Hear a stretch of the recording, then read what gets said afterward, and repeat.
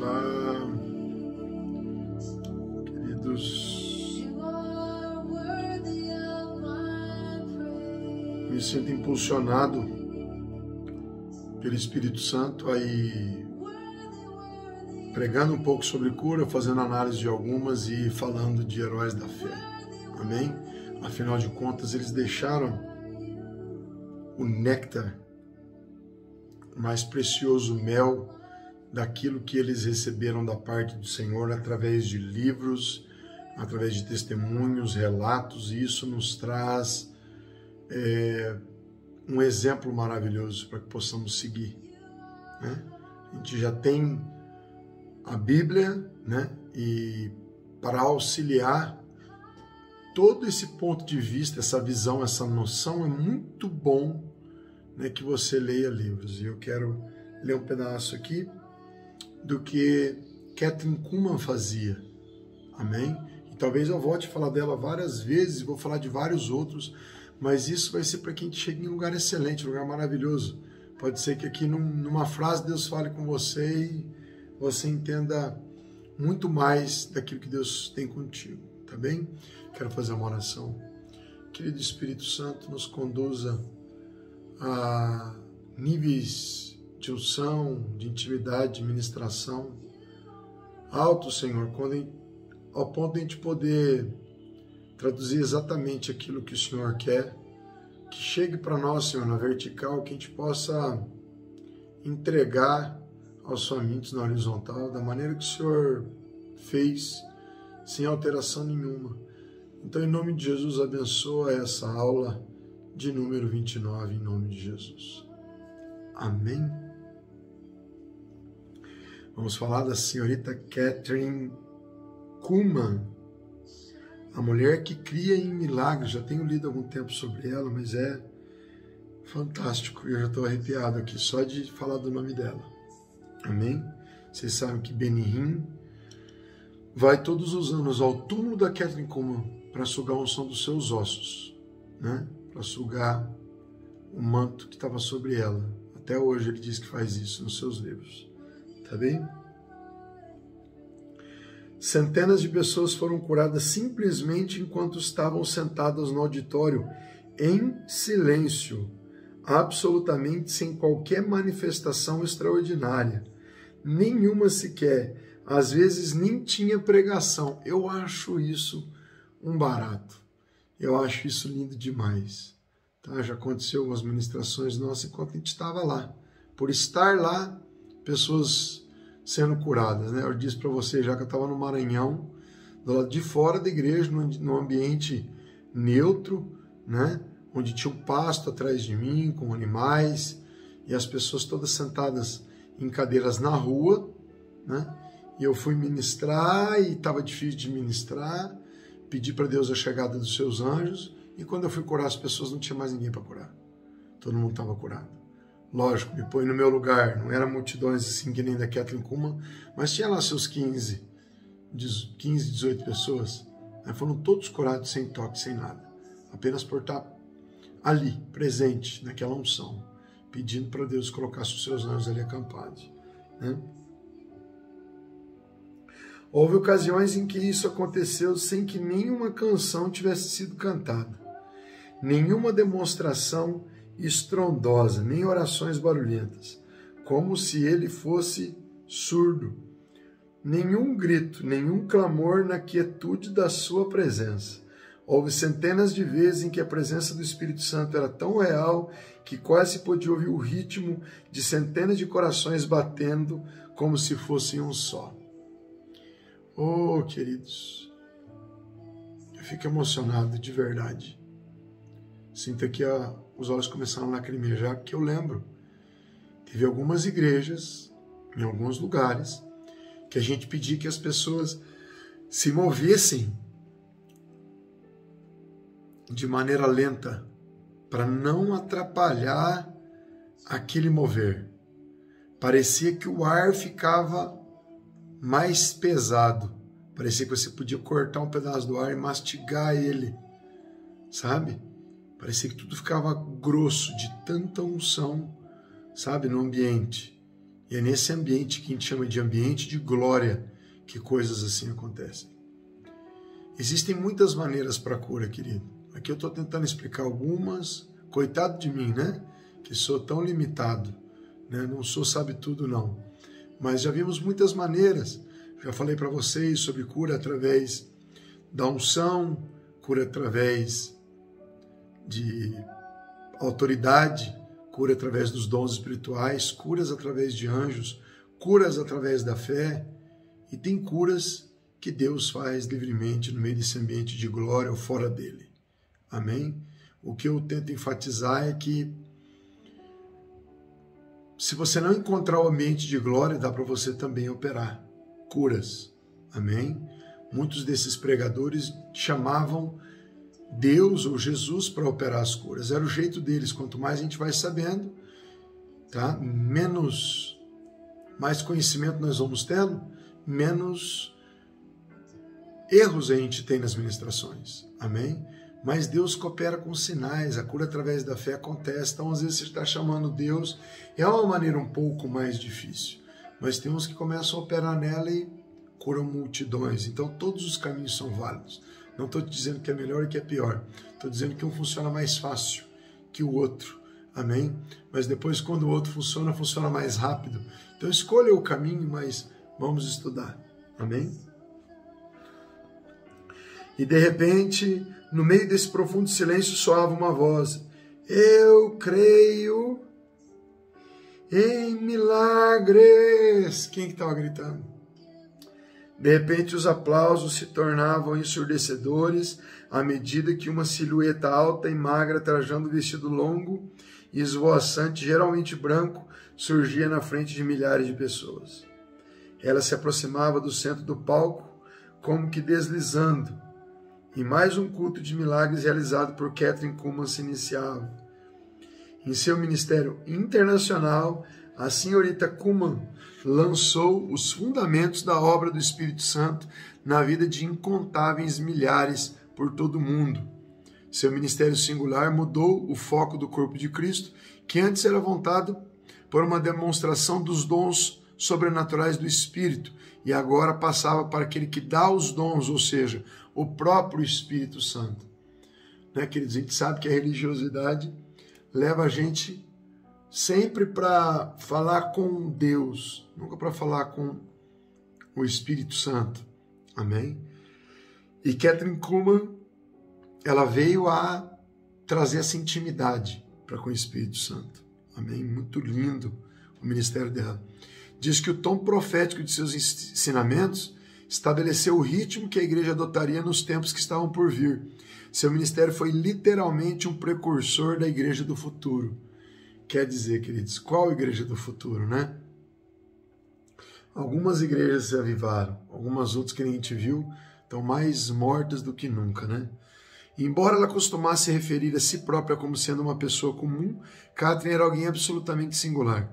Muitos tentaram imitar a sua voz e a sua forma quase teatral de se expressar, mas sem sucesso. Outros se esforçaram para traduzir a unção especial que ela tinha em suas técnicas e métodos, mas em vão. Aqui eu quero fazer um parêntese. Você não tem que ser cópia de ninguém, você está aprendendo muitos caminhos aqui nesse treinamento, mas Deus quer te dar o teu caminho. Eu assopro para curar, tem outras pessoas que apenas levantam as mãos, tem outras que encostam. Às vezes eu curo com saliva, às vezes eu ministro cura, né? Melhor falar ministro cura. Tem pessoas que não gostam de ouvir isso, né? Tem vezes que eu ministro cura em massa, começo a orar na igreja porque não tem tempo para curar enfermos de um por um, que é o método que eu amo, adoro, né? Esse método de entrevistar, pegar o microfone e perguntar naquelas filas de pessoas, e aí, o que você tem? Ah, eu tenho dores, eu tenho artrite, eu tenho isso, eu tenho aquilo, em tal lugar, assim, assado, não ouço bem, né? E aí operar a cura e perguntar, e agora, cadê a dor? O que você não podia fazer? Como você se mexe? Eu acabei de ver aqui que o William Branham ele também fazia isso. Ele também perguntava para as pessoas, né? O que você não pode fazer? Faz agora. Eu nem sabia. Foi uma maneira que, de verdade, que eu comecei a fazer que me veio melhor, me apaixonei por ela, né? Mas também opero outras em outras ocasiões. E aqui, queridos, o Espírito Santo te dá liberdade para você ter multiformas de se expressar, multiformas de ministrar, amém? Já teve vezes de eu dar tapa ou chute, você vai falar, por quê? Querido, coisa que vem no Espírito na hora, chutes, fracos, mas teve. Eu já li o livro do Kenneth Hagin, que ele deu um soco no estômago do homem, sabe? Mas isso veio de maneira espontânea, você está conectado de um jeito no Espírito, qualquer coisa que o Espírito Santo te falar, você pesa e faz, amém? Louvo a Deus pela vida de Kathryn Kuhlman. Ela foi um exemplo de alguém que, de maneira destemida, pagou o preço para fazer a obra de Deus. Nós somos gratos pelas lições que aprendemos por intermédio da vida dela. Né, queridos? Ela era uma mulher simples, ruiva, humilde, com sardas, né? A mãe de Kathryn Kuhlman, né, Emma Warkenyost, casou-se com Joseph Kuhlman em 1891. Olha só, queridos, de que época que nós estamos falando. Segundo o seu cadastro escolar do segundo grau, Kathryn Joanna Kuhlman nasceu no dia 9 de maio de 1907. O que tem a ver a idade dela com tudo isso que eu quero falar para você? Queridos, hoje as coisas estão muito mais fáceis, na época dela, para uma mulher ministrar. Se hoje em dia os religiosos mandam as mulheres se calarem, diz que não pode ter pastora, o que essa mulher estava fazendo diante de milhares e milhares de pessoas nasceu, né, em 1907, lá em 1930 ela deveria estar ministrando já. Amém? Ela recebeu o nome de suas duas avós e não possuía certidão de nascimento, uma vez que isso não era exigido por lei no Missouri, né, até 1910. Quando Kathryn tinha 2 anos de idade, seu pai vendeu a sua propriedade, tá, queridos? E construiu uma enorme casa na cidade. Essa foi a casa que Kathryn sempre se referiu como sendo seu lar. Uma amiga de infância descreveu a jovem Kathryn da seguinte maneira: ela tinha um rosto grande com sardas e cabelos avermelhados. Não se podia dizer que era exatamente bonita, afinal não era graciosa ou atraente no sentido literal da palavra. Era a mais alta da nossa gangue, quase 1,80 m, magricela e com restos de nós, literalmente bufando atrás dela.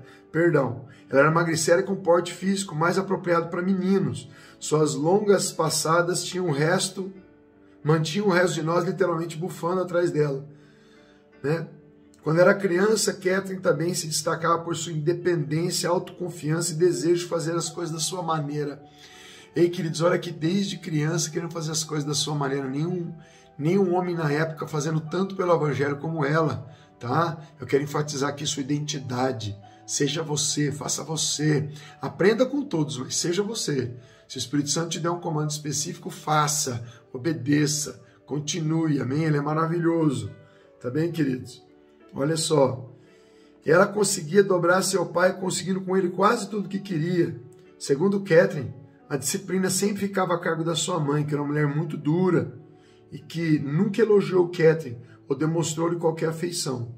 Mesmo assim, Kathryn jamais sentiu que não fosse amada ou querida, pois seu pai lhe deu todo o amor e carinho que ela sempre conquistou.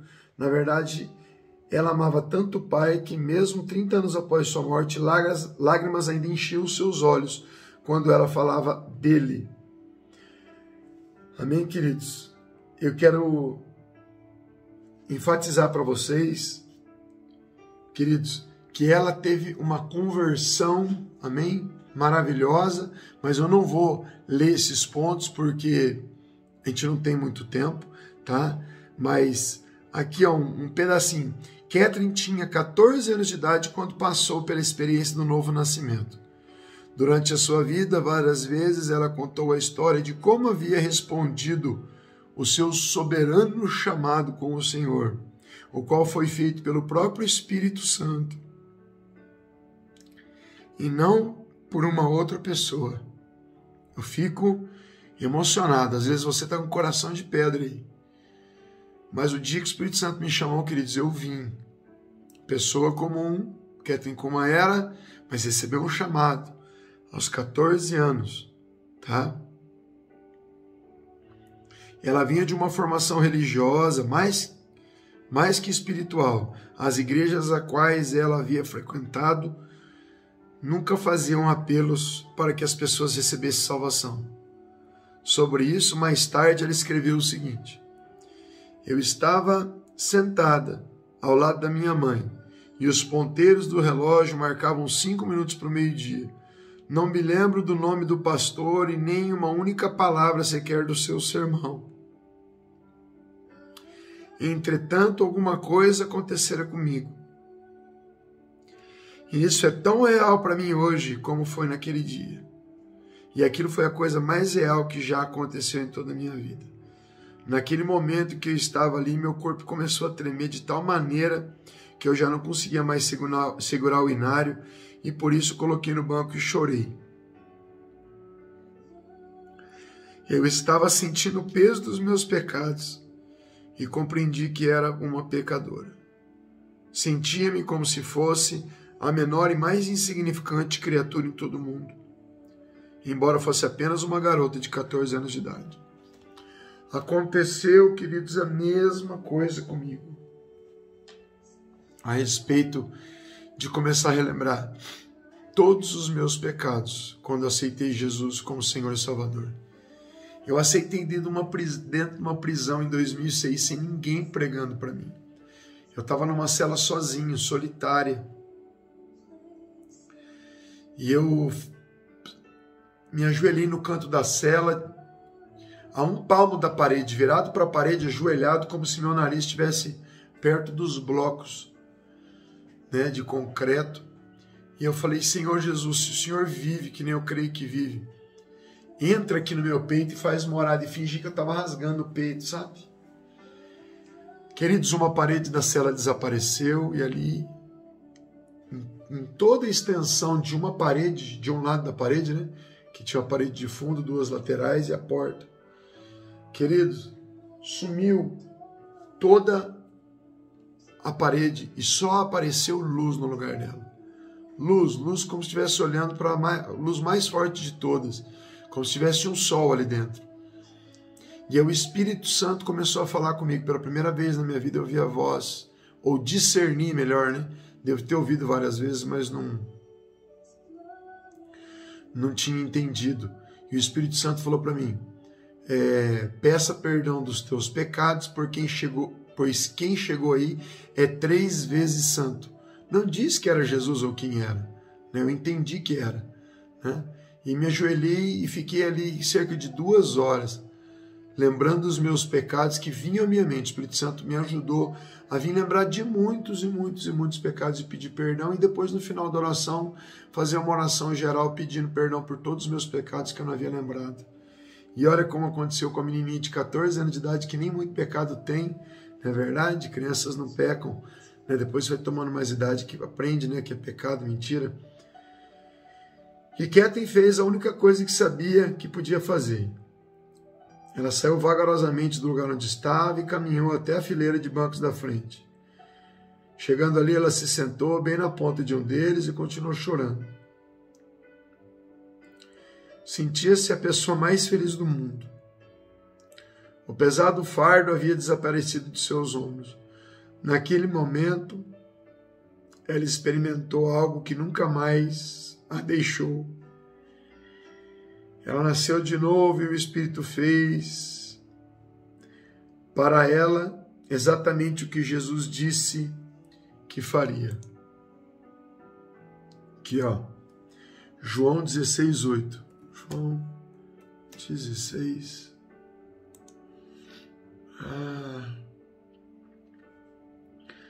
E quando ele vier, convencerá o mundo do pecado, da justiça e do juízo. Queridos, vou parar por aqui, eu estou bem emocionado mesmo, o Espírito Santo está me visitando, tá? E eu já volto na próxima aula. Olha o que aconteceu com ela. Quando o Espírito Santo entrou em mim e fez exatamente. Me perdoe. Ele fez exatamente isso comigo. Me convenceu do pecado, da justiça e do juízo. Eu vou orar. Eu vou orar um pouco, já volto.